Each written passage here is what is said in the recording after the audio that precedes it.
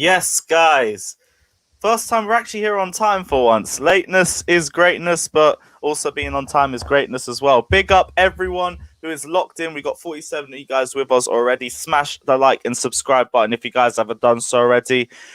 Chelsea nil, Wolves nil, but on the grand scheme of things, I think we're all very happy with the way that first game went for Thomas Tuchel. The press conference as well has also left us with a lot to be optimistic about. And yeah, I mean, I feel optimistic. I think that's the first way to describe it. I do want to say, guys, again, if you haven't done so already, smash the like and subscribe button. Daily streams here as per usual. And I got my bro back here with me again, Craigo28 Football. What are you saying, man? Dissertation all done, yeah? It is done. It is in. I can focus on doing the YouTube stuff. I'm happy. Very, very happy. Come on, G. Yeah, I'm looking forward to this one, man. Yeah, chat to me about the week because we haven't had a lot of chance to talk about the last couple of days in general because it has been a really busy week to be a Chelsea fan as per usual. Like we already know the news, Lampard's gone, Thomas Tuchel's in. Yeah. With now the first 24 48 hours done, like just basic thoughts on what you've felt from Thomas Tuchel in this time. Yeah, obviously everyone knows my opinions on Frank and whatever, and I was a big fan of him, and I think it was a little bit harsh for him to go, but, that's what we do. You move on, you ain't got a choice. But, look, Thomas Tuchel's in charge now. We got to back him. We got to do our job as supporters and support the team. It's a little bit different, of course, because obviously we're not in the ground.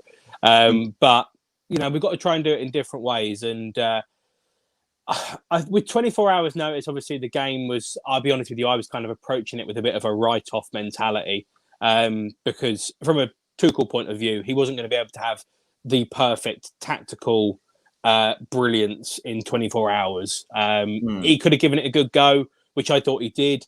Obviously, we didn't win the game. That's frustrating. It's annoying. But I've just done a video which is hopefully uploading at the moment, which is why you might be able to hear a fan in the background. My computer's going into overdrive, might take off in a minute. I'm not hearing anything. You're all good. Oh, good.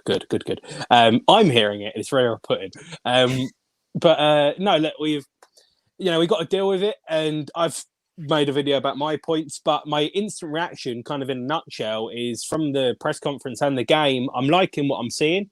However, again, it is still the first 48 hours, so I'm not going to go, oh my God, he's the Messiah and everything's going to be chill and, we're going to go and all, waltz off into the sunset holding hands and whatever. But yeah, no, it's been all right, it's been okay.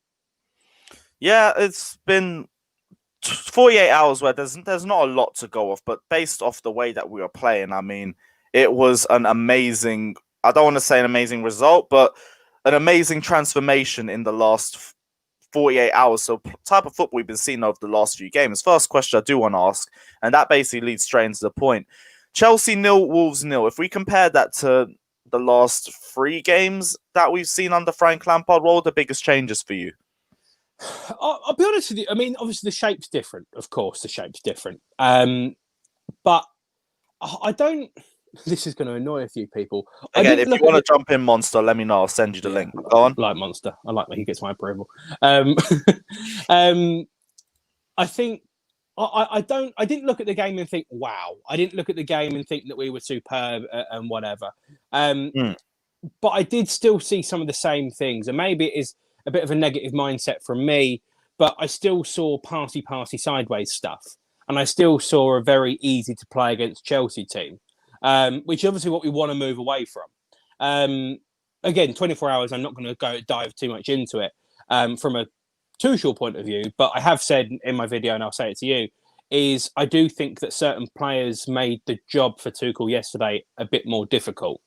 And obviously he kind of said it in his press conference. He didn't want to put in a load of the youngsters who had an affiliation to Lampard because it can be quite psychologically damaging and whatever to them to have to deal with a lot of oh Christ, good luck. You'll be fine. Just you'll be good. They're getting better. Just don't live in, you'll get scammed. No, I think I saw certain elements that I really liked. I liked the 3 at the back. I liked the fact that we had a lot more width and stuff. And Callum Hudson-Odoi played really, really well for me yesterday.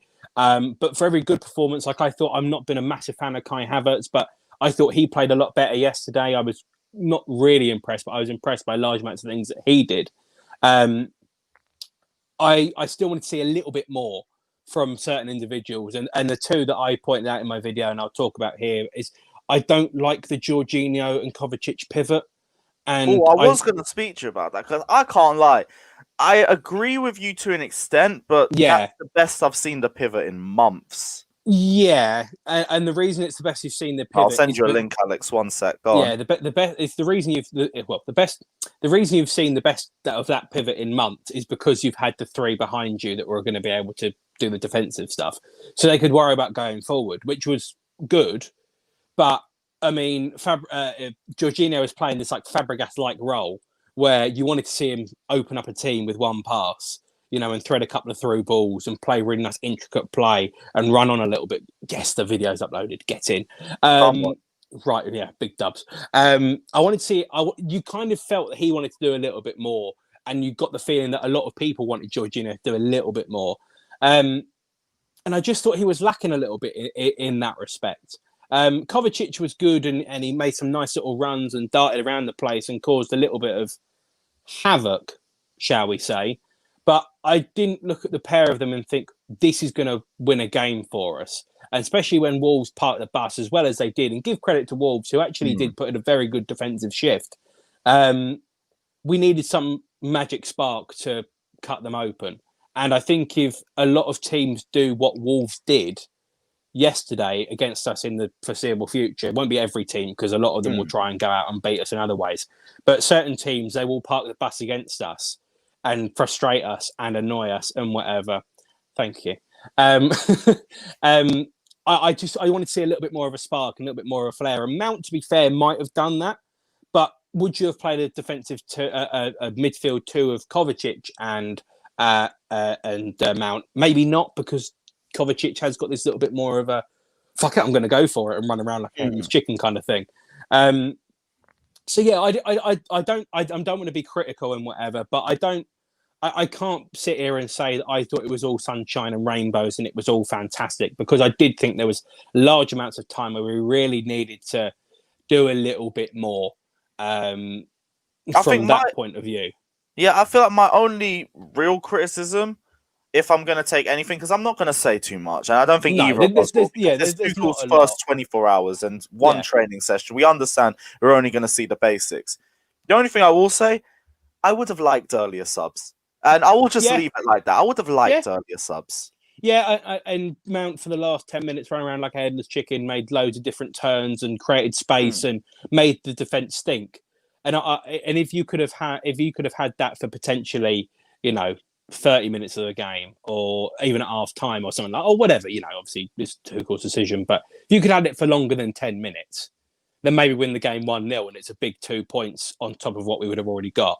But, I think a good way of saying it, the team that came closest to scoring yesterday was them. They hit the bar. Yeah, that Neto shot, I can't lie, would start breaking things in my yard if he got another winner against us. Exactly. And as much as I love the fact that we kept possession and Jorginho passed the ball from left to right and Kovacic passed the ball from left to right, and we didn't necessarily spam crosses in, and the reason we didn't spam crosses in because Reece James wasn't playing. That was the very obvious thing. But, Giroud was a little bit ineffective, so we can keep the ball all we want and move it around and whatever, but you've got to be able to hit the target. And Chelsea didn't do it on enough occasions. Bearing in mind, we kept so much possession yesterday. Yeah, I do feel like we said, we do have to give credit to Wolves, because even though it was absolute terrorism football, it was football that got them a point, and we have to give Wolves aren't in good form this season. It's not the same Wolves you've seen off the last 2 seasons. Losing Raul Jimenez has had a massive impact on their attacking threat, and with that as a result, they've had to focus on being defensively minded first. Absolutely annoying having to play that sort of a team, and we're going to have to deal with the same sort of problem with Burnley coming in next. But you have to face the challenge when it comes. There was other issues with how early Thomas Tuchel came into the job. The only thing I would have said is I do think that game was more suited to Werner, especially with some of the patterns of play that we were making. I think it just wasn't the best sort of game for Olivier Giroud. Nothing to take away from the player. It felt more like a Timo Werner game for me. I think I probably disagree with that slightly, only because I feel Werner does better when there's space. And He does, but there was it was a little bit lacking space because There's Wolves only were one so example, but let me get the thing up here. Like, if you Yeah. can see this, Hang on. like we're seeing the patterns of play that we're making here, and then the ball comes into Hudson-Odoi. Now, if that's Timo Werner, Yeah, he's busting a gut this and getting ball across. he reaches that ball, and Yeah. that's 1-0. And it's just plays like that where I'm thinking, okay, this game would have been suited a bit more towards Timo Werner. But I also understand, because he said he was going for experience in this game, so he went for experience. So that is what it is. I'm not going to say anything against Thomas Tuchel for that. I tell you what, looking at that thing again. Oh, do you want me to get back up? Yeah, I was going to say, could you? Is that all right? Which one do you want? I think it was one of the latter ones. That one. Yeah, that one. We're saying about Werner, and I will agree with that. But if you look at where that Hudson-Odoi is the red one, is it? Is that Hudson-Odoi? That's Hudson-Odoi, yeah. Hudson-Odoi, that ball's going to go in there. He's going to spam it straight back across. Great. Tammy would have got on the end of that and all. Tammy would have got on the end of it. And also as well, one thing I will say about Werner is he's not that tall. And because Wolves did play so defensively deep, Werner wouldn't have won a header in the box. Where, but like we said, we weren't spamming crosses as much. Actually, no. Weirdly enough, I think we actually did more crosses in this game than we have done in any other game. Yeah. So a bit of a weird one is because the crosses were coming in were different. We didn't set the ball up high for Olivier Giroud to try and win in the air. Willy Bolly is an incredible player. I really, really like him. Massive fan. I don't know how old he is, but depending on his age, I would probably sign him. I'll take a look. Yeah, I'm not sure how old he is, but you done with this? You still want to keep going with it? Yeah, I'm done with that. Cool. Let me have a look. If you could have played, Tammy in that role yesterday, he would have probably had a little bit more movement. 29. 20, maybe not worth touching. Shame. If he's about 2 years younger, I probably would have. If you would have had Tammy playing against Willy Bolly, then maybe he would have struggled in certain areas. But it would have changed the way that we would have played because Dave made crosses from deep as well. So you can stand crosses up to the back post or into the box in general or whatever. But when you only have one way of crossing the ball, everyone knows how to play against you because you know that you're only dealing with that threat. So if we would have had Werner in it, we wouldn't have been able to cross the ball from deep because we had no way of getting the ball in the box and him winning a header in the air against Willy Bolly. And honestly, I don't actually know who the other two centre-halves are. That's shocking from me. One of them wore 43, so I'm going to give myself that as it's a little bit of a difference. To be honest, I should know too, and I don't, so it is what it is. But no, I think if you'd have played Tammy in there, maybe you could have had a little bit more success because Giroud is not the fastest. Kilman. Yeah, that sounds about right. Big units at the back. But again, big units, Bolly may be the only exception. They're not necessarily that mobile. And someone like Tammy, who could have just have got half a yard more than Giroud would have, or even a yard more than Giroud, he tucks it in the bottom corner. He just one touch finish. I do agree with what you said about Tammy. Yeah. I mean, you were talking about that sort of play. I mean, that's also a perfect Tammy Abraham sort of goal. Like the ball in is just an easy tap in for him because of his movement. So, yeah, I do fully agree with that as well. I do want to speak to you again about the right-hand side too, because we were saying we missed a lot of the crosses coming in from Reece James off the right-hand side. But I feel like we tried to overpay for that by playing both Ziyech and Callum Hudson-Odoi off the right-hand side too. And it worked to great effect going forward. Yeah, I'll be honest, I wasn't a lover of Ziyech last night, but again, it does give you the different options. Yeah, it makes the defense think about how you're going to have to deal with him. But it becomes very methodical when you know that when Ziyech gets the ball, he's either going to play the ball outside to Hudson-Odoi, which depending on where Hudson-Odoi is from the previous pass or whatever, changes that game completely. If he's making the run where he could get down the outside, then the defense have got to think, shit, what do we do? Do we deal with the in-swinger or do we deal with the out-swinger that's going to potentially come from Hudson-Odoi? But when Hudson-Odoi sometimes isn't in the right area from doing other work and whatever, and depending where he's played the pass from, it's very easy. Okay, well, right, he's going to go on his left foot, so we're going to be able to whip it back in so we can stand a little bit higher or go a little bit deeper and defend or whatever we want to do. So, yeah, I think I see bits from Ziyech where I go, wow, this is great. This is what I want to see more of on a weekly basis. But on the flip side of that, I also see things and I just think, God, this is so samey all the time. And depending on how we want to deal with Ziyech, if we wanted to have that role where, to be fair, I did like that he came in very, very narrow. I did like that a lot. But he still did spend times where he was out wide. And the second that he was out wide, for me, he was ineffective because you're whipping the ball in to Giroud against three big centre halves. And Kai Havertz may have nicked round the back, but it was still a 3-on-2 battle that, with the likes of Willy Bolly, basically turns into a 4-on-2 battle. So, I don't know. I think maybe it was a rough game for Ziyech to play, but I thought Chelsea played a lot better when he came off. So, I don't know. Did he come off for again? Mount. Mason, well, I mean, yeah, Mason Mount came on. That was a good substitution as well, and that's what I've also said. Just because Lampard's gone, don't feel like it's going to be the end for Mason Mount. If anything, I said the same thing with Tammy Abraham, where I was like, taking a step back isn't necessarily a bad thing, and I think especially for someone who plays as much as Mason Mount does, it's probably good for the kid to take a step back. You see him when he comes on. Someone as energetic as Mason Mount, then you have him to come on, especially with the way that we were pressing as a team. Yeah. It was the perfect sub. The last thing I'll say is I just wanted him to come a little bit earlier, but brilliant sub to bring on. Yeah, no, I've always been a massive fan of Mason Mount, and people have criticised his involvement and whatever. Yeah, Monster, you're jumping on. Nice, cool. Sweet. Go on. I've always people, have always criticised him and what he does and whatever for whatever reason. That's irrelevant. People have still criticised him. I've praised him a lot, but it still doesn't mean I think that he needs to start every single week because he is very, very young. I don't think he needs to play 90 minutes every single week. It was a different 2 to 3 times a week, like what was previously happening. Exactly. I don't. Yesterday's game was it was a different look, Mason Mount, because he had 10 minutes to impress, and he really did. But if you do that multiple times as a kid, because he is still a kid.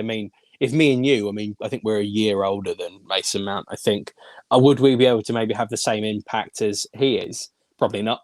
Regardless of technical ability, but I don't think I'd be able to. I think I'd probably get scared of playing in front of 42,000 people. I'm not going to lie. That's real. But that level of expectation has come from a lot of people because he has been so good. But maybe let's just take a little bit of time, just to relax, just to slow down a bit. Lampard at 21, 22, 23 was not the Lampard that finished his career or at 30 or whatever. What's going on, Monster? What's going on, Craig? Yeah. Or Ian, my bad. Yeah, whatever you want to call me. I'll let you off. I like you. The Lampard that was young at the start of his career is not the Lampard that finished his career.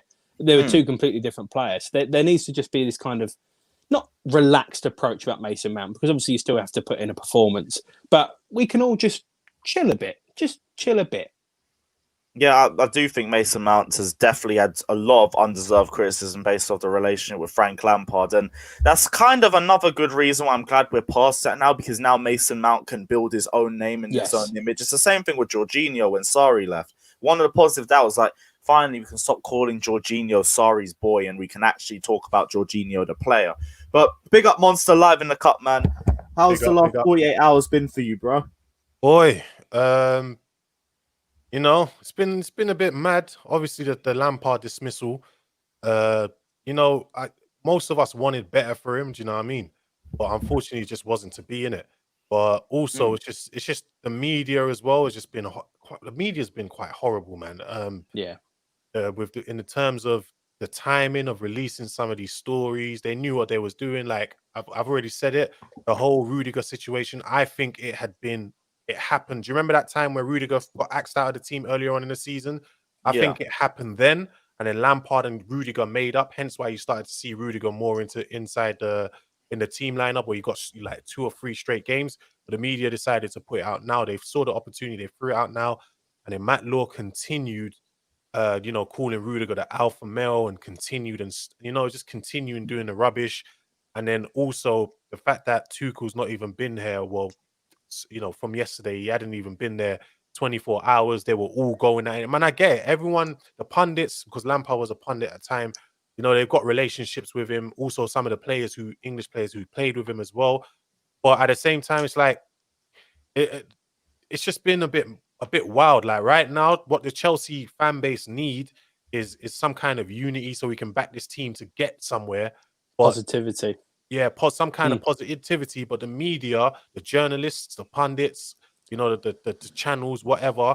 They're using this opportunity to, in a way, divide the fan base, keep this outrage going for clicks and things like that. And it's horrible. It's horrible. It's horrible to see, man. It's horrible, isn't it? Yeah, I mean, I've been seeing the same thing with the media the last few days as well. And the thing is, I do believe the rumors to an extent. It's just, I think it's definitely been blown out of proportion. Like, I definitely think there was something to do with Rudiger, Alonso, Kepa, Jorginho, Kovacic. I do believe there was something to do involving these sorts of players. But they're acting like these guys were arguing in training for weeks or something. They probably had one or two little bickers or something like that. And it's Jorginho, Kovacic, and Rudiger apparently going to the board. Yes, but also apparently Frank Lampard was very hard to get contact with, and he was very hard to speak to at times as a manager. Christian Pulisic came out, said the same thing earlier on into his time as Chelsea manager. And I do think with a massive squad as well, it could be that sort of thing where it happens where if you're not important, you don't get that sort of conversation. I've seen that happen to players before. So, with that in mind, if you're not getting the answers you need from a manager, if you're not getting answers in general, of course you're going to go a level above. You're going to go to the board. You're going to go to Marina. You're going to go to Roman. You're going to try and find out what the situation is. But that's probably been blown out of proportion as well. Kepa maybe not being so responsive to criticism, even though he's the worst goalkeeper statistically in Premier League history. That might be blown out of proportion as well, but there could be some truth to it. I think there's truth to all of it. It's just in typical media fashion, everything gets blown out of proportion to suit their agendas. Yeah. And now they're all trying to back each other as journalists as well, which is creating another sort of beef between Chelsea fans versus the Chelsea journalists, because Carefree Youths now had to go into hiding for 24 hours. Matt Law's basically gone and backtracked, but then he's also trying to stick to some of his main points as well. Simon Johnson as well, like the criticism of Tuchel's play in one game. Like, there's agendas all round, but that's the whole thing. You have to separate the agendas from the real stories. I always think there's a bit of truth hidden in between both of them. It depends on the story. There's always two sides of every story, and unfortunately, you never hear it. It's whoever shouts loudest, and depending on who you are and how many people follow you and all sorts of stuff, then it's it's just one of those ones, unfortunately. And that's why I keep telling people, like, don't stop picking sides. I think everyone has faults here. The board have their faults in it. Lampard has his faults in it. The players have their faults in it. Everyone does. So there's no point picking sides. All this going under players' bios and abusing them and things like that. It's just a waste of time. Like, why do people even waste their time in doing this? Like, it's very trivial. It's all very like school playground trivial shit. And at the same time, people don't realize these are still unfortunately, right? Not unfortunately, but these guys are Chelsea players. Yeah, we need the best out of every single player in that team, so that when they come in, we need them playing as good as to the best they can, so that Chelsea can win. Because at the end of the day, that's the end goal. We want Chelsea winning. We want to catapult ourselves back into the top four and, back into the frame with the other teams in the league. So it doesn't help when we are, putting our players down and having a go at them, abusing their families, abusing them. Like, what good do you think is going to come from that? Like, why do you actually gain satisfaction from doing that? Like, does that make you feel better? I don't know. It's just, I don't know, man. People need to stop in it. Do you know what I mean? Mm-hmm. Exactly that. But if we're going to take things back towards the face of the game, we're talking about how big the squad was, and one of the things that Frank Lampard had to deal with was managing every single player's expectations in that squad. Thomas Tuchel has actually come out and immediately said he's happy with the amount of players that are in the squad. Now, I don't really know what to make of it, because same way, you can be happy with the amount of options that you have. And there are a great many options, like 5 centre-mids still at the club. We've now got 4 centre-backs instead of the 5, but that's still 4 fully capable centre-backs of producing a job. I think all our centre-backs have qualities that they can bring to the team. Yeah. 3 left-backs as well. But I'm also sitting there thinking, how does he expect to keep them all happy in the space of 4 months? Because that's a very big job to ask. It's a massive job. You're never really going to keep everyone happy. That it's like even Guardiola, I was shocked that he managed such a big squad for such a long time. But you saw at the end of the day, they lost Sane. They're never really going to keep everyone happy. That's just part of the game, innit? And that's part of being a big team as well, because you're going to get, top quality players, a lot of them. Tuchel tries to his best. Like with Tuchel, I'm not worried as never worried with him as a manager. Where I'm worried with him is down the line, how is his relationship going to be with the board? That's the one thing we need to look out for in years to come while he's here. But in terms of him managing this team, managing the squad, getting the best out of this team, yeah, I don't think you guys should be worried. If you look at his PSG, his Mainz, his Dortmund days, the guy's a very good coach. Even yesterday, though, I was surprised at how quickly our press improved. And the way we were, the one-touch passing and things like that. I was shocked he managed to do that in 24 hours. I was really shocked. So given time, I think it will get better. I think it will get the football on the pitch will get better in it. I think one thing I will very quickly say, and I the press was good, one-touch passing was good. I think a lot of players have had that in their locker for quite a while, but it's taken a new manager to bring that out. For what reason? I'm not going to bloody go into that. I think that's a whole different debate. I think you're right, and I think we all knew that some players, I feel like some players just didn't want to play for Lampard anymore, and you could see it in Lampard's face on the touchline. Like that's why when people were saying, "Oh, he's just folding his hands and blah blah," but he couldn't get the best out of. They didn't want to play for him. I think he knew him deep down inside. These guys don't want to play for me, man. Like, he's seen it himself with so many managers when he was the player. He can read the signs. Yeah, exactly. Unfortunately, the problem is that everyone's saying about Lampard when he used to go to, it was well known that a few players went above the manager and went to the board and said, we don't think this guy's up to the job or whatever. Unfortunately, the difference is that the players that went were the likes of Drogba and Terry and Cech and Lampard and Ashley Cole and big players that are legends of the club. And these man aren't, it's Terry and Lampard and it's Rudiger and I do get that. I do get that. But at the end of the day, like I do get that. That is very true. These guys are not the Terrys or Lampards. They're not even Chelsea legends yet. But at the same time, like it's all wrong, man. It doesn't matter who you are going against your manager, and getting them out. No matter who you are in the club, it's wrong. At the end of the day, you should always put 100% in for the badge. If you're not going to do it for the manager, do it for the fans. Do it for the team, innit? Do you know what I mean? But same do it for your own career and all. Do it for your own career. Well, yeah, and that as well. But I do feel it goes both ways, where you have to understand what the manager wants of you too. And for a lot of players, they were saying they didn't really understand what Frank Lampard wanted with them. Some of them, they're saying Frank Lampard wasn't even getting in contact with them as a manager, and they had no clue whether they were in the team, whether he had them in his plans or not. Basic stuff. Like I was hearing rumors saying Frank Lampard was telling players to just go out and express themselves and just wasn't really giving them any tactical information past that for games. Like the Athletic, I can't lie. Some of the stuff they said about Frank Lampard's last few weeks was damning. Yeah, but again, it's another media outlet that wants to try and spin their own story. And even if there is an element of truth to it, which there very may well be, I wouldn't want to take it as complete and utter gospel because same, but like, it's still for clicks and stuff. I know, but I'd back the Athletic more than I'd back anybody else in terms of the media. When did the Athletic start coming around? Just out of interest, was it this summer? Because they just kind of appeared out of nowhere, which is a little because they've never been known about before. Well. It's a bit of a strange one with the Athletic, and I don't want to touch on it too much because they're doing their thing. That's their job, whatever. But I don't necessarily know whether people are treating them as if they are the most godly source in the world, and I don't think there's any factual evidence to say that they are. They're just another source. It's another media outlet that wants to sell their story. The best journalists still work for BBC, Sky Sports, Talk Sport, Old School. Yeah, that's the one where I feel it's a bit more debatable because they're fallen off more, I think. Well, that's the thing, but it's are they?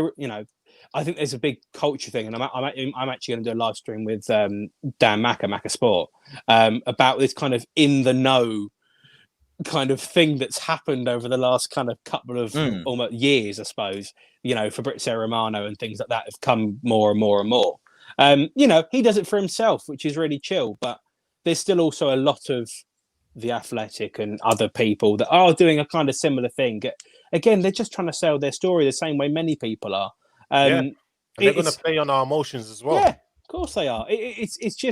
It's one of those things. I can't look at them and ever think this is 100% credible. If I see something being reported on Sky Sports, for argument's sake, even if it's 2 hours later, there'd be 10, 20 people that have checked it and go, yeah, that's relatable. Yeah, I'll deal with that. And I prefer to watch that than I think, that, especially on Twitter at the moment. I'm not really big on Twitter, I must be honest, but I see a lot of people go, oh, this person's happened and this is happening and then this transfer's going on. And especially with transfer deadline day coming up next week, it's all going to be a bit mad.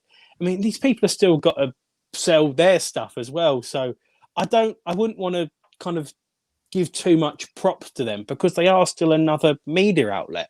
That's just my opinion. But I mean, if others differ, but I mean, they're still just another group of people that are trying to do their job of getting people to look at their stories.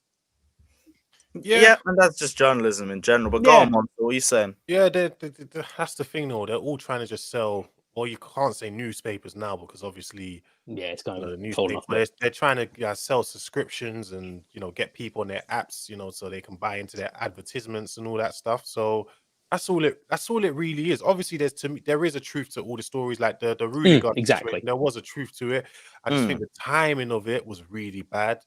I think it happened. I think it happened time ago. It did not happen recently. I can tell you that for a fact. But these people are gonna continue. They knew what they were doing when they put it out. Now they knew what they were doing, innit? Do you remember that? Do you remember that GIF about Rudiger celebrating when we won the FA Cup? Do you know the one where he was dancing? Not the one in the dressing room, but he was dancing on the pitch. On the pitch, yeah. I mean, that was 3 years ago. Yeah, almost 3 years ago. It shows that Rudiger's got a ginormous personality, and fair play. I mean, he's got every right to. I'm not saying that he's going to be a negative person and he's going to be the instigator of all stuff because I can't say that it's true. But what you can say is he is a big personality, and depending on who else is around him, I can get the vibe that he may be a bit of a problem to manage. But that you could put 2 and 2 together. But to say that he was the one that went on and he did this and the training ground bust-ups and all sorts of stuff, you can't say it because it's not factual evidence. You can get the impression that he might be a little bit harder to manage, but you can't sit here and say that, oh, yeah, it must be true because you don't know. You've all got no idea. The thing is, because I don't know if he will be a problem to manage. Obviously, I don't know because we don't know because we're not on the pitch with them or we're not on the training ground, innit? Do I get that kind of alpha mentality a bit from him? Yes, because I've seen him on the pitch, screaming at some of the players to do something better or get into position and blah blah. That is true, but for Matt Law, who's supposed to be an unbiased journalist, for him to say. For him to call him that, and he, kind of calling him the alpha in quotes, and to do it more than once. He didn't do it once; he did it a couple times. He kept referring him to that. That is number one, biased. Number one, number two, it is out of order. It's disgusting. It is. I don't want to discredit him and say it's just bad journalism, but to me, it is. In my personal opinion, it is bad journalism. And also, he was saying to fans, please don't go under people's players' comment sections and abusing them and blah blah. But you are egging them on to do that. You saying what you're saying and standing on it as well. You are deep down, because he can't play stupid. He can't act like he doesn't know that fans are gonna take that word as gospel, go and abuse Rudiger the way they've abused him. Do you know what I mean? So he needs to take some kind of responsibility in knowing what he's doing.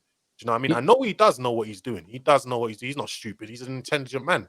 But he needs to take some responsibility for being stupid in my eyes. You do not get to the top of the football game as a journalist if you are not an intelligent person. Yeah. It is that straightforward. It is that bottom line. As much as we don't like it, he is an intelligent person. I agree that, I try and stay away from it. But if that is what is being said, you are completely right. You are completely and utterly right. Him trying to wash his hands of it as well by just saying, don't go into the comment section about this, and this that's on my story. Yeah. Just don't go and give him criticism about it, but this is basically what I'm saying has happened. It's basically don't shoot people, but here's a gun. You know, Yeah. Basically that. Yeah, it's yeah. But yeah, better. moving back onto the game, Monster, I hadn't even asked you about your thoughts yet, but chat to me about the 0-0 draw against Wolves. The game, there was times where I was impressed, and then there was times where I wasn't. I was impressed with obviously the press. I felt it looked much better. I thought the one touch football looked a lot better as well. I've seen a little more effort, but it just lacked that quality in midfield. Obviously, we all know this. Jorginho and Kovacic, they just don't possess that ability to break the lines like a Fabregas. Obviously, we know like a Fabregas did, or even fuck, someone gets it. or even Matic did. You go, what I mean? So that is what Chelsea have been lacking for quite a while since Fabregas left. Maybe he could have put Mount on earlier, or even started him. Because Mount, obviously, the little time he had, he started to show something. If only Tammy Abraham had committed in the box when Mount turned whatever defender he turned and got that ball in. If only Tammy had, I don't know why Tammy does this, but when you want to go short, Tammy will go long. When you want to go long, Tammy will go short. It's so annoying. I feel like Tammy needs to start developing a proper relationship with Reece James or whoever to know where they're going to put the ball in, because he does this constantly over and over again. Chilwell, he had a bad game. I don't know what is going on with Chilwell. Yeah. I don't know if he's not fit. I don't know what it is, but he looked out of touch, like Massively lacking confidence, I think. Yeah, massively. I don't know what, and I was shocked that he was even surprised he was coming off, because when they took him off, he was like, "What, me coming off?" Like, of course. I always thought that was because it was Tammy coming on to replace him. He's thinking, "Wait, you're bringing on a striker for me?" Yeah, that system doesn't work. Yeah. Yeah, so it's just like it's like, apart from that, like, there's a lot of positives, and the fact that he got them playing the way they did in 24 hours, it was quite good, because like every time we lost the ball, I was counting the seconds, like they got it back within 5 to 6, 7 seconds. They got it back straight away. Wolves, yeah, they got a chance because of Mendy's stupidity, but apart from that, they didn't even lay a glove on us. I wish we did win, because Wolves as well, they just came and just parked 3 buses. You know what I mean? To me, I wouldn't say it's disgusting. I think we've all come to realize in the Premier League, this is what teams do. It's half the Premier League, which is the jarring part, but it's just the league that you're in. You have to find I also do think that's partially because they play against us, and we play quite slow, so they know they have time to always be able to park these buses. Yeah, I do think the intensity is something we're going to see improve in the team, just based off our off-the-ball movement. It's now just having that same intensity when you're on the ball and you're in control as well, but that will come with time. That's the one criticism I have of the Premier League, is that these smaller teams, unlike other leagues, everyone wants to play and just go after the game. But in the Premier League, like, these smaller teams will just go and sit all the way back, and that's why Man City and Liverpool have been so successful, because these teams won't even try. But apart from that, I think it was a decent game. I wish we got something out of the game, but for now, I already said it before that I'm not judging Tuchel on this game. He's barely been there 24 hours, so I can't judge him off this. So we'll see in it. Completely agree. Completely, utterly agree. Yeah, I do want to ask as well, because we're moving into our next game against Burnley, and Burnley is going to be probably exactly the same sort of tactics that we're going to face. The only difference is they'll probably play a back 4 instead of a back 5. But we'll go Craig first, then to Monster. What would you want to see for the Burnley game? What would you like to see done differently? Who would you like to see starting? Because we're not going to see the same team starting. Tuchel already said that was just him going for experience over ability.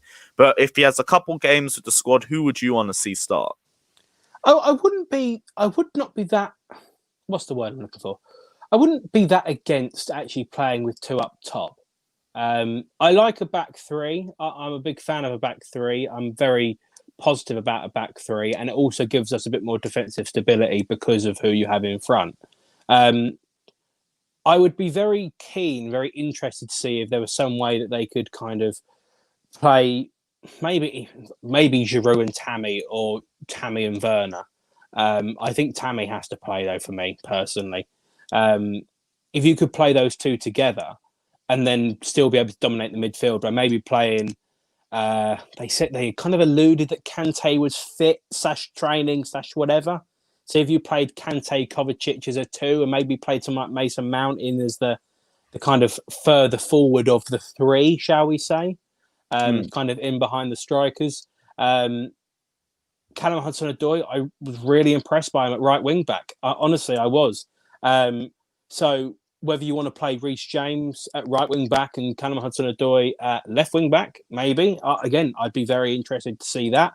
But I want to see more creativity because we did lack in that particular department. And I haven't seen anything from Ziyech that's made me think he has to start week in, week out. I thought Kai Havertz was better yesterday, but I still didn't think that, I can't say grab the game. That's the wrong phrase, but I didn't see anything that made me think, yep, he's got to be the first person on the team sheet. And Pulisic came on, did well, but in a very different role. So I don't really know what to expect, honestly. I would expect to see a back 3 again, but the way that Tuchel was talking in this press conference, he said about Kante's best position was in the double 6. And he said that he was looking forward to working with Kante. So I have a weird feeling that we may not see a 3 at the back every single game from now until the end of the season. I think we might have differences and we might chop and change a little bit.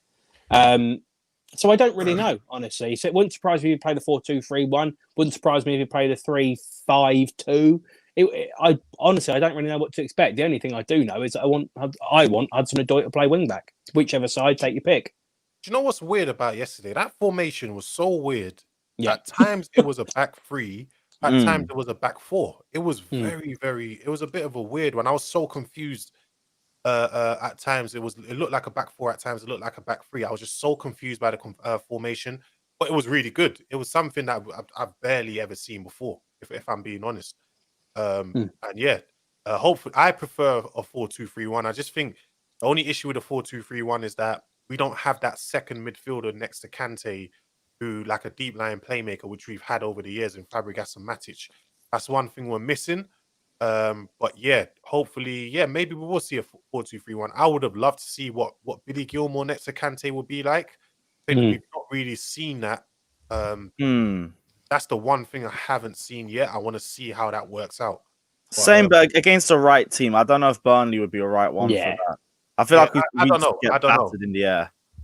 I don't know, but hopefully, if they can be more adventurous, that's the one thing Chelsea are lacking is adventure.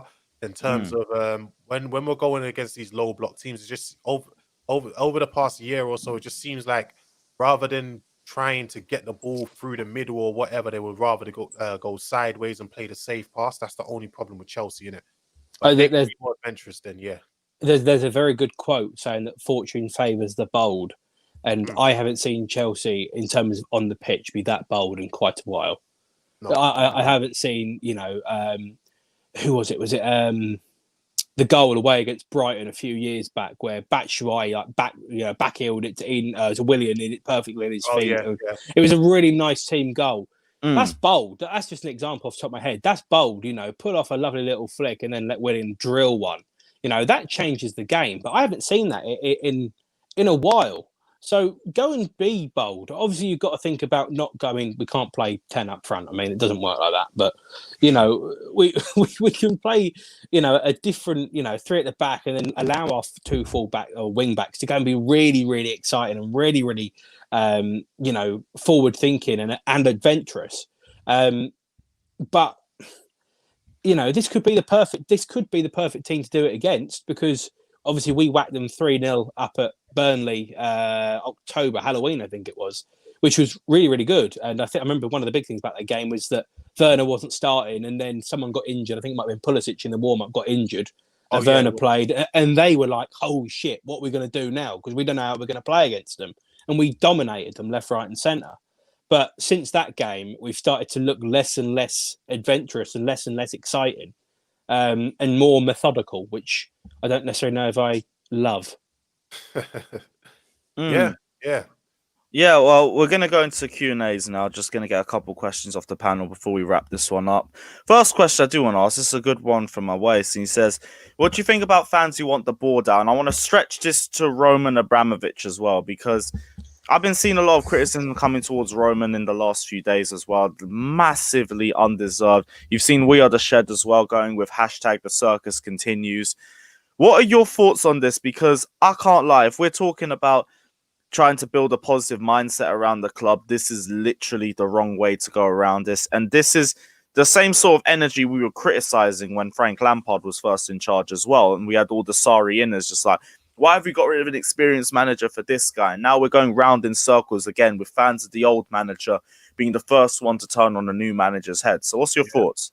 Listen, first thing I would say is for people saying the board or Roman Abramovich out, I've been supporting Chelsea since I think it was 97. That's when I realized You're not that old, are you? I'm 27 years old. Shit. Listen, for the people, I knew what it was like before Abramovich. A lot of people that are saying this don't know what it's like. And I don't think they want to go back to those days. That's one thing I would say. Exactly. You don't want to go back to those days where Chelsea. There was times where we got FA Cups and things like that, but you don't want to go back to the 5th, 6th, 7th place days. Newcastle ahead of us, getting smacked week in, week out by Arsenal every single time. I was at the 2002 FA Cup final in Cardiff, went all the way to Cardiff. Arsenal wiping us 2-0. I think it was Ray Parlour and Freddie Ljungberg. You don't want to go back to those days. Roman Abramovich has brought us success. If it wasn't for Roman Abramovich, most of you won't even be a Chelsea fan. So, or you would just be reserved to being like. Also, don't forget as well, before Roman came in, we were probably going into administration, meaning we could have been in League 2 by now. Do you know what I mean? So why the hell? Like, I just feel like I get it, you're angry and things like that, but don't be ungrateful. Like, don't be ungrateful. Do you know what I mean? This man has made us what we are today. He's made us what we are today. He saved our club from going into administration. You know, it could have possibly stopped us from being in League 2 or God knows League 3 or wherever in it. Do you know what I mean? So I feel like Chelsea fans are being a bit ungrateful there because they're angry in it. Like, Roman has saved this club in it. He is the reason why we are where we are today in it. Damn right. Craig, do you want to add to that? I was going to say the thing that I wanted to say was this. I swear we owe Roman Abramovich, if he wants to leave, over £1 billion. Yeah. So imagine having to pay that one back as well.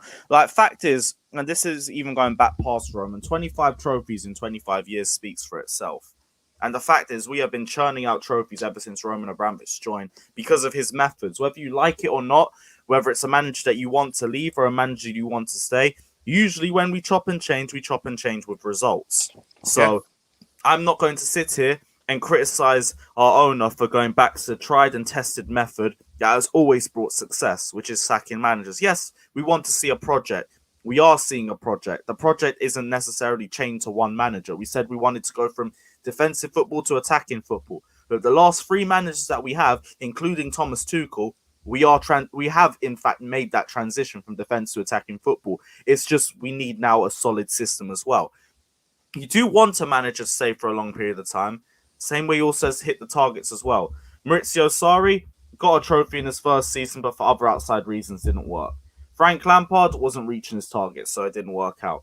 Thomas Tuchel now needs to come in and he needs to hit his targets too. I'm a lot more confident under Thomas Tuchel than I was under Frank Lampard because there's experience, there's past reigns that I can look behind on.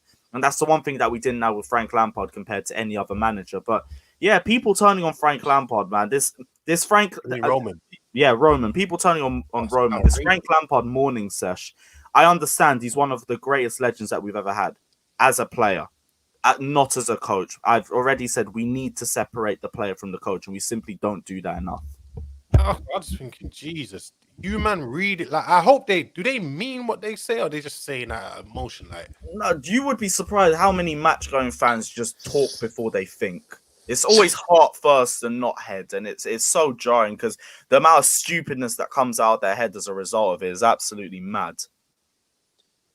Yeah, I've got a few kind of mixed opinions about it, I must be honest. But the one thing is 100% certain and is correct is without Roman Abramovich, we do not win the 2004, 5, 6, 9, 10, 14, 15, 16, 17 Premier League titles. We don't win them. You know, we don't win the 2012 Champions League final. We don't win these things without Roman. So we won't be in the Premier League. Exactly. Anymore. You know, like I think, I mean, because We Are the Shed is a page that I really quite like. I must be honest. But I understand the frustrations that they have, and not necessarily only them, but many people have, surrounding the sacking of Frank Lampard, and the circus continues as they keep banging on about. I understand it because we look at Liverpool the last 5 years as an example, is they kind of started from having real, shouldn't really have been where they were in the title race. I think it was 2014. And then they started this big, rebuild, and Klopp's obviously got them to where they are. And they won the Champions League, won the Champions League. They hit 99 points or whatever it was in the Premier League and still didn't win it. It's all a bit mad. So I can understand the frustrations of certain fans, because the idea that was there was, we're going to have this rebuild, and we're going to go, and we're going to bring through a lot of youth talent, and then we'll sign some people, and then we'll go on, and da-da-da-da-da. So that idea, that kind of idea, sounds really, really nice and really, really attractive. And you can understand why people would massively get all over it. And I think where people really are annoyed is the fact that a lot of people thought that it was going to work. And I'll be honest with you, I thought I was one of them. I thought it was going to work as well. And I thought we were going to see a completely different Chelsea, or new look Chelsea. But it hasn't worked out. And I think a lot of people are really frustrated because it was kind of in reaching distance. It was kind of there. We'd done all the hard work of, we've been a bit poo, and we'd still brought through these youngsters, and and things were on the up. But again, I'm completely with you. Separate manager from the player, which is completely true, and they should. And I understand the frustrations about certain board members and about certain things. And what was that classic clip off the channel that we no longer mention about the first thing we got to get rid of is, I understand frustrations from certain people, but unfortunately, football, more now than ever, is a business, and these people that have been brought in are business people. Doesn't mean they don't know anything about football, but they are business people. Kai Havertz, Chelsea would never have spent that money if Abramovich hadn't have been at the club to go and spend money on a 21-year-old. The idea is, I think, and I still stand by it, I think the idea is, if it doesn't work out, we're still going to get 80 million quid for him. It's worth a gamble, because we're all in for the right profit at the end of the day. If things don't work out, it's one of those mentalities, and I understand where people's frustrations are, but you can criticize whoever you like, but you don't criticize Roman Abramovich. That is bottom line, because Chelsea are in a completely different situation without Roman. I don't like the sacking culture, but fact of the matter is, we win silverware. Silverware, so it works. Do you know what, Ian? I wouldn't say you can't criticize. Everyone can be criticized, innit? But I think where they're going extreme is when they're saying, get him out of the club and things like that. Oh, yeah, that's ridiculous. So, that's what I'm on about. Don't want him out, because... I don't know about the £1 billion thing. I haven't even thought about it. Honestly, I haven't even thought about it, because at no point in my life have I ever looked at Roman Abramovich and think, I want you gone. Because he's done so much for Chelsea. He's done so much. The guy is a legend in terms of Chelsea Football Club. When he came to Chelsea originally, I'm pretty sure there's a story flying about that he was actually looking to try and buy Tottenham. And then he flew over Stamford Bridge and went, what the hell's that? And brought it. And basically went and brought it and went down there. Fate, luck, whatever you want to call it. He is our owner. Back him. And give him support, and be fucking thankful for what he's done. Because when he came to the project, I mean, he, obviously is a Russian Jewish man. You could probably understand, maybe with certain connections towards Tottenham from years gone by, that maybe that was the more logical fit. And Daniel Levy, obviously, and all sorts of stuff as well. You can understand that it was the logic. But he's flown over West London.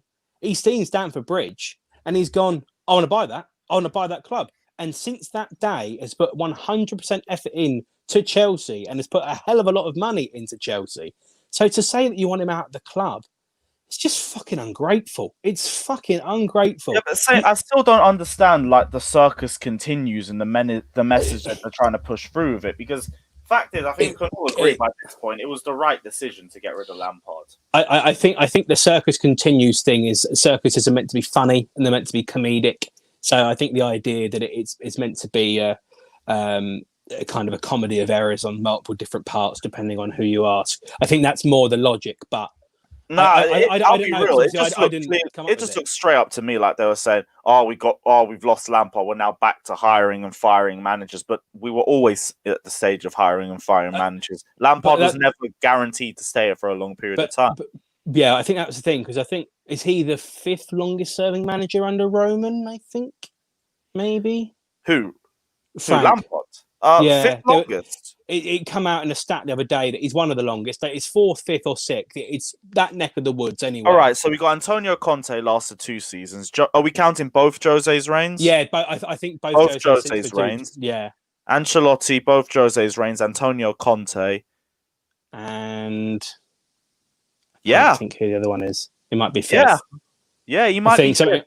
I think a lot of people. Obviously, there might be a little bit different about who and when and why 5th. and whatever. He's 5th. Yeah, I think the annoying thing I think for a lot of people, and I can understand the frustrations, is you used to see those old cartoons. We used to see a donkey walking. There was a bloke with a carrot on a stick. It was like, this is what you can have. This is it. This is what you can have. This is what you can achieve. And the carrot on the stick was a complete new look Chelsea, youngsters go for the rebuild and dominate for years and years and years to come. And then all of a sudden it's like, no, we're getting rid of that carrot. That's how I think these kind of people feel. It's almost like they've been blue-balled, I suppose, is a better way to say it, or maybe a way to say it.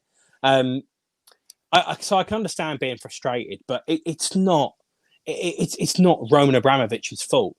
He's had a method that has worked for the best part of 20 years. If he believes that is the best thing to do, and he is the one paying the fucking money, then he can do whatever the fuck he wants.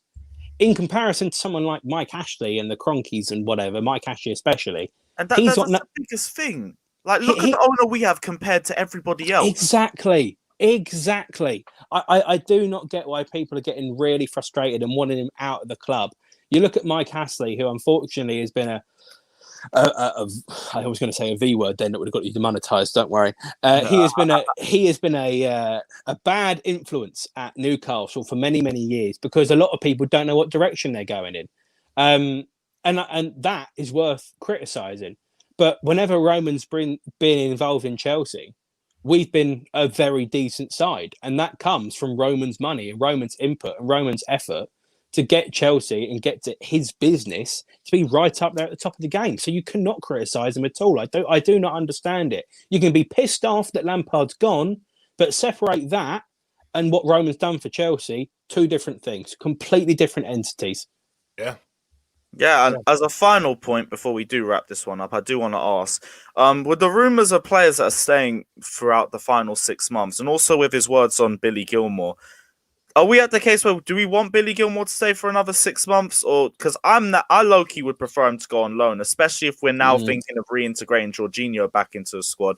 It doesn't make sense making him rot here for another 6 months. I'm not a lover of Jorginho, I must be honest, so I would prefer to see Billy Gilmour play. But look, as long as he goes to the right club and gets a decent bit of experience, I reckon he might try and go back to Rangers, win a league title, and then make it into the Scottish national team for the Euros. He can come back a better player. So exactly that, man. Yeah. What about you? Billy Gilmour, it's a tough one.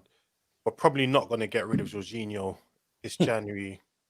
Either Culver, I know that's going to sound controversial, but I do think in order for Chelsea to step to the next level, we might need to move both Culver and Jorginho on.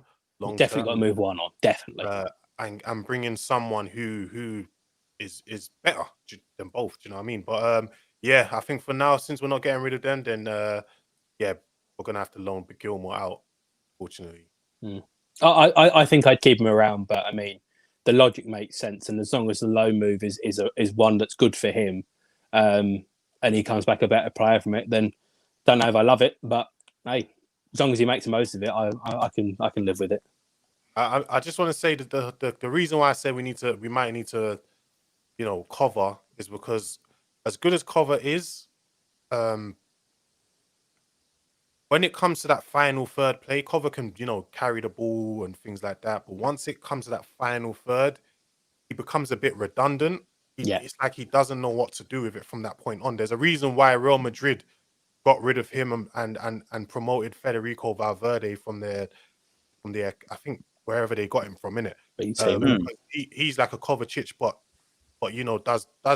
has the final play, that final third play in it, and Cover lacks that, unfortunately, in it. So that's why I think long term Chelsea are gonna have to move on from Cover. Just doesn't take that risk. Exactly that. Well, I do think we're going to end the live stream here. Big up everyone who's been locked in for the majority of the stream and everyone who's just jumped in now.